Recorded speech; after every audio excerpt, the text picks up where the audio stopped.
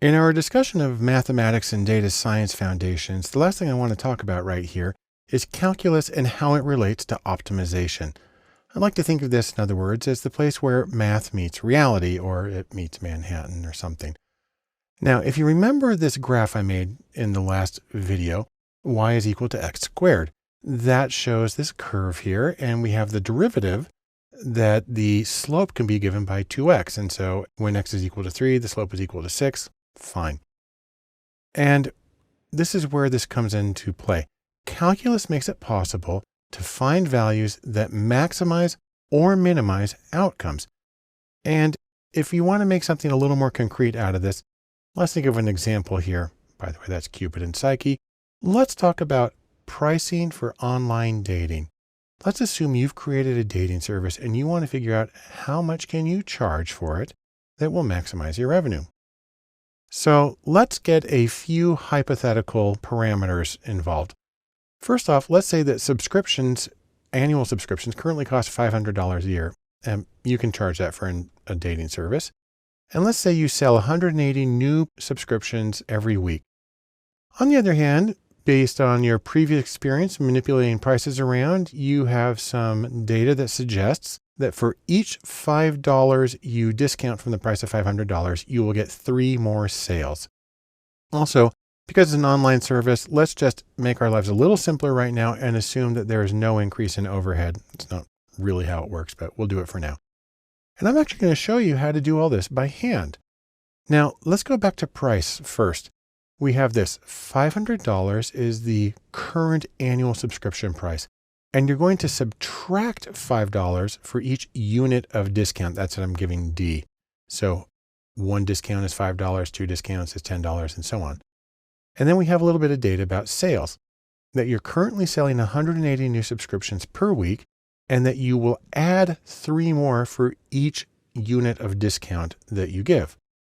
So what we're going to do here is we're going to find sales as a function of price. Now, to do that, the first thing we have to do is get the y-intercept. So we have price here. $500 is the current annual subscription price minus $5 times D. And what we're going to do is we're going to get the y-intercept by solving when does this equal 0.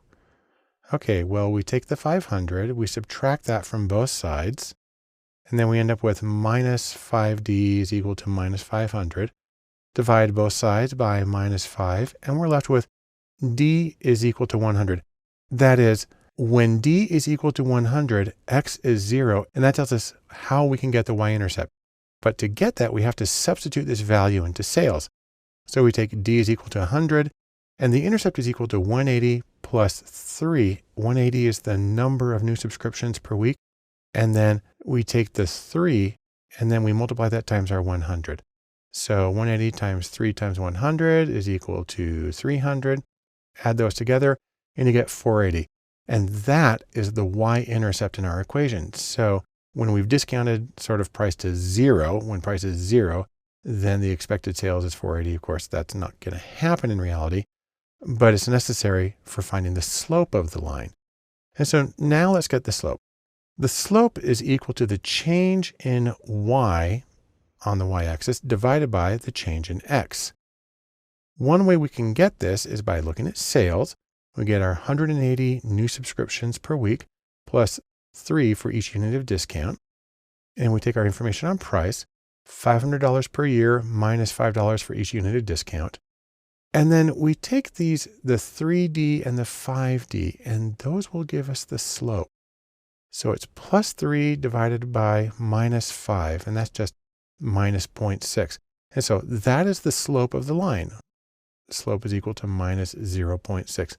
And so what we have from this is sales as a function of price, where sales is equal to 480, because that's the y-intercept when x is equal to 0, when price is 0, minus 0.6 times price. So this isn't the final thing. Now what we have to do is we turn this into revenue. So there's another stage to this. Now revenue is equal to sales times the price. You know, how many things did you sell and how much did it cost? Well, we can substitute in some information here. If we take sales and we put it in as a function of price because we just calculated that a moment ago, we get this, and then we do a little bit of multiplication, and then we get that revenue is equal to 480 times the price minus 0.6 times the square of the price. Okay, that's a lot of stuff going on there. What we're going to do now is we're going to get the derivative. That's the calculus that we talked about. Well, the derivative of 480 in the price, where price is sort of the x, the derivative is simply 480. And the minus 0.6 times the square of the price, well, that's very similar to the thing we did with the curve. And what we end up with is 0.6 times 2 is equal to 1.2 times the price. This is the derivative of the original equation. We can solve that for 0 now. And just in case you're wondering, why do we solve it for 0?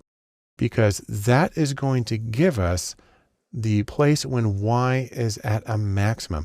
Now, we had a minus squared, so we have to invert the shape.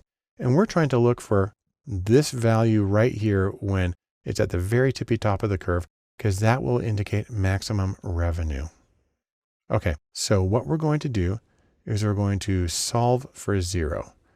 Let's go back to our equation here. We want to find out when is that equal to 0. Well, we subtract 480 from each side. There we go. And we divide by minus 1.2 on each side. And this is our price for maximum revenue. So we've been charging $500 a week, but this says we'll have more total income if we charge $400 instead. And if you want to find out how many sales we can get, currently we have 480. And if you want to know what the sales volume is going to be for that, well, you take the 480, which is the hypothetical y-intercept when the price is 0, but then we put in our actual price of 400, multiply that, we get 240, do the subtraction, and we get 240 total. So that would be 240 new subscriptions per week. So let's compare this. The current revenue is 180 new subscriptions per week at $500 per year. And that means that our current revenue is $90,000 per year. I know it sounds really good, but we can do better than that because the formula for maximum revenue is 240 times 400. When you multiply those, you get 96,000. And so the improvement is just the ratio of those two. 96,000 divided by 90,000 is equal to 1.07. And what that means is a 7% increase. And anybody would be thrilled to get a 7% increase in their business simply by changing the price and increasing the overall revenue. So let's summarize what we found here. If you lower the cost by 20%, go from $500 per year to $400 per year, assuming all of our other information is correct, then you can increase sales by 33%. That's more than the 20 that you had.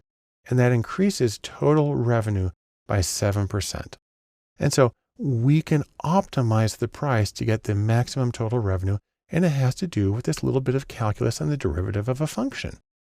So in sum, calculus can be used to find the minima and the maxima of functions, including prices. It allows for optimization, and that in turn allows you to make better business decisions.